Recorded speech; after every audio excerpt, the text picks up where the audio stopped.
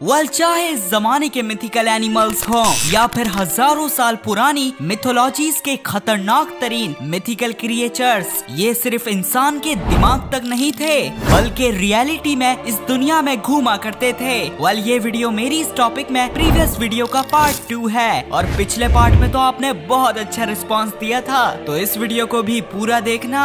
Number 7, फेनरियर। दोस्तों, Norse mythology में एक फेनरियर नामी जायंट वुल्फ बहुत ज्यादा फेमस है और इसी मिथिकल वुल्फ के फिक्शनल वर्जन को आपने थॉर रैग्नारॉक मूवी में भी देखा होगा। खैर, फेनरियर के जैसी जायंट वुल्फ्स और भी कई मिथोलॉजीज में अपीयर हुई हैं। असल में आज से 10,000 साल पहले आइस एज के जमाने में आपको ये जायंट वुल्फ्स जरूर देखने को मिलती। जी हाँ, यहाँ मैं बात कर रहा हूँ डायर वुल्फ्स की। इन्हें इस दुनिया में इवॉल्व होने वाली सबसे बड़ी वुल्फ्स की नस्ल बताया जाता है और कंपैरिजन के लिए ये modern day largest grey wolves से 25% बड़ी होने के साथ साथ हर लिहाज से बेहतर थी। इसलिए तो डायर वुल्फ्स आइस एज के बहुत से मेगाफोना का आसानी से शिकार किया करती थी। बहरहाल, जब आइस एज खत्म हो रही थी तो इनकी ज्यादातर डाइट का हिस्सा होने वाले मेगाफोना भी खत्म होने लग गए थे, जिसके नतीजे में डायर वुल्फ्स भी एक्सटिंक्ट हो गयी। लेकिन इनके साथ कोएग्जिस्ट करने वाली ग्रे वुल्फ्स आज भी जिंदा हैं, जिसकी वजह है ये छोटे एनिमल्स का शिकार करती हैं। Number 6, 4 tusk elephant.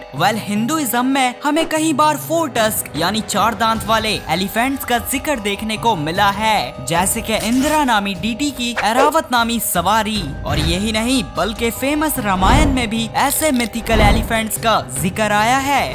दोस्तों, 23 से 2 मिलियन ईयर्स पहले जब मेगलोडॉन समंदर में घूम रही थी तो उस दौरान वाकई में जमीन में 4 दांत वाले गोम्फोथियर्स नामी एलिफेंट्स के रिलेटिव्स इस दुनिया में पाए जाते थे। माना जाता है ये अपने नीचे के दांतों को शवल की तरह इस्तेमाल करके आसानी से अपनी हर्बीवरस डाइट को कंप्लीट कर लिया करते थे। वैसे जिस दौरान गोम्फोथियर्स इस दुनिया में घूम रहे थे उस वक्त तक हम इंसान छोटे दिमाग वाले होमो इरेक्टस तक ही इवॉल्व हुए थे। इसलिए पॉसिबल है कि गोम्फोथियर्स के फॉसिल्स ने हिंदुइज्म के मिथोलॉजिकल एलिमेंट्स को इंस्पायर किया होगा। नंबर 5, मैपिनग्वारी।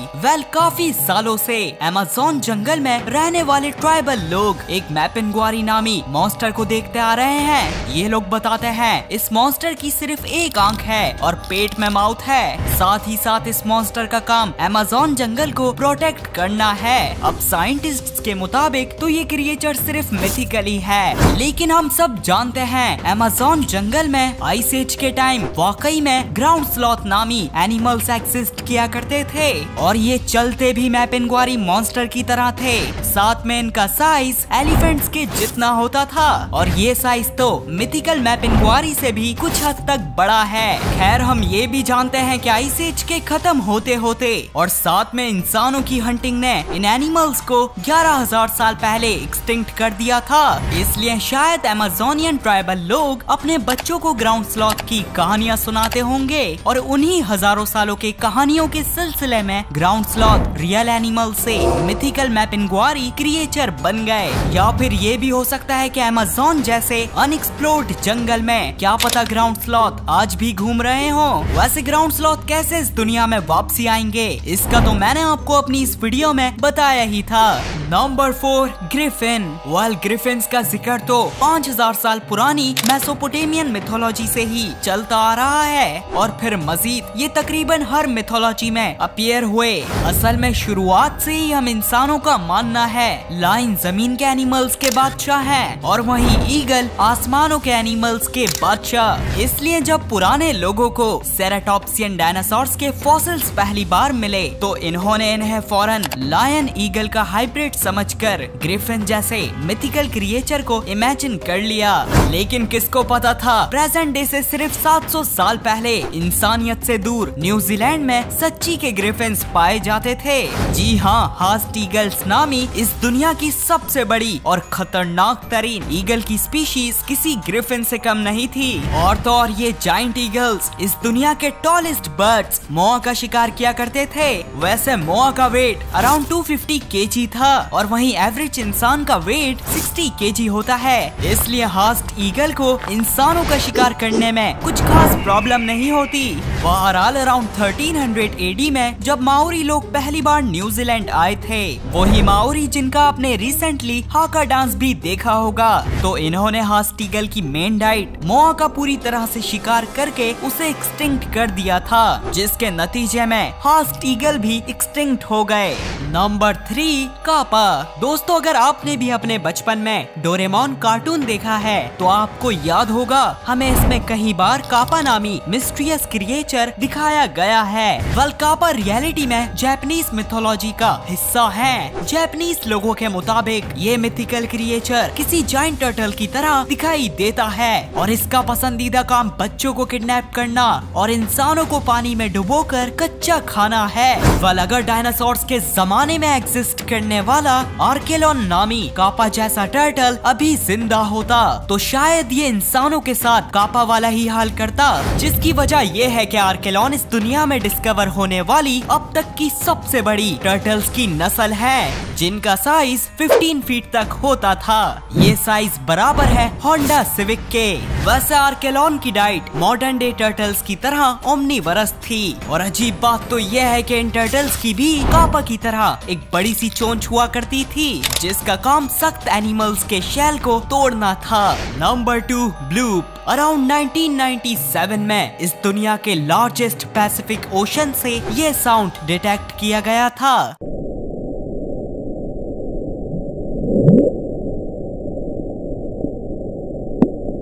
ये साउंड इतनी ही दूर से आया था जितना नेपाल से लेके जापान तक का फासला है। खैर, स्टार्टिंग में तो साइंटिस्ट का मानना था ऐसी कोई आवाज डीप सी क्रिएचर ही निकाल सकता है, और इतनी आवाज निकालने के लिए इसका साइज तकरीबन ब्लू व्हेल से तो 100 गुना बड़ा होना जरूरी है। और यूं इसी स्पेक्यूलेशन से हमारे सामने ब्लूप जैसा मॉडर्न मिथिकल क्रिएचर आना शुरू हुआ था। पर हाँ, बाद में रिवील हुआ कि यह एंटार्क्टिका में कुछ जाइंट आइसबर्ग्स के ओशन में पिघलने की आवाज थी। वैसे ताज्जुब की बात नहीं होगी अगर फ्यूचर में 95% अनएक्सप्लोर्ड ओशन से कोई ब्लूप जैसा क्रिएचर डिस्कवर हो जाए, क्योंकि जोरासिक पीरियड में लीडसिक्थिस नामी इस दुनिया की सबसे बड़ी फिश पाई जाती थी, जो अपना 40,000 दांतों से भरा मुंह खोलती थी तो बिल्कुल किसी मिथिकल ब्लूप की तरह दिखाई देती थी। और तो और हम इंसान इसके साइज के सामने किसी मजाक से कम नहीं थे।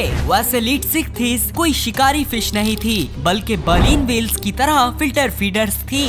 Number 1 giant bovids. Bovids cattle, buffalo और बाइसन को कहते हैं, और ऐसे बोविड्स को इज्जत से और जाइंट करके बहुत सी मिथोलॉजीज में दिखाया गया है, जैसे कि ग्रीक मिथोलॉजी के फेमस मिनोटॉर जैसे मिथिकल मॉन्स्टर को ही देख लीजिए। साथ ही साथ नेटिव अमेरिकन और हिंदू लोगों के बीच में जाइंट बोविड्स को बहुत ही ज्यादा सेक्रेट माना जाता है। पर सवाल ये है कि क्या वाकई में कोई जाइंट बोविड इस दुनिया में आया था? तो जी हाँ, आइस एज के ठंडे तरीन मौसम में बाइसन लैटिफ्रांस नामी इस दुनिया के लार्जेस्ट और हैवीएस्ट बोविड्स पूरे नॉर्थ अमेरिका कॉन्टिनेंट में घूमा करते थे। और तो और इनका साइज तो एक एसयूवी कार के जितना होता ही था, पर इनके हॉर्न्स के बीच में भी आराम से एक कार फिट हो सकती थी। वैसे बाइसन लैटिफ्रांस 2 लाख साल पहले ही यूरोप और एशिया में पाए जाने वाली अपने से छोटी स्पीशीज स्टेप बाइसन से इवॉल्व हुए थे, और स्टेप बाइसन साइबेरिया की कभी ना खत्म होने वाली सर्दी से आज भी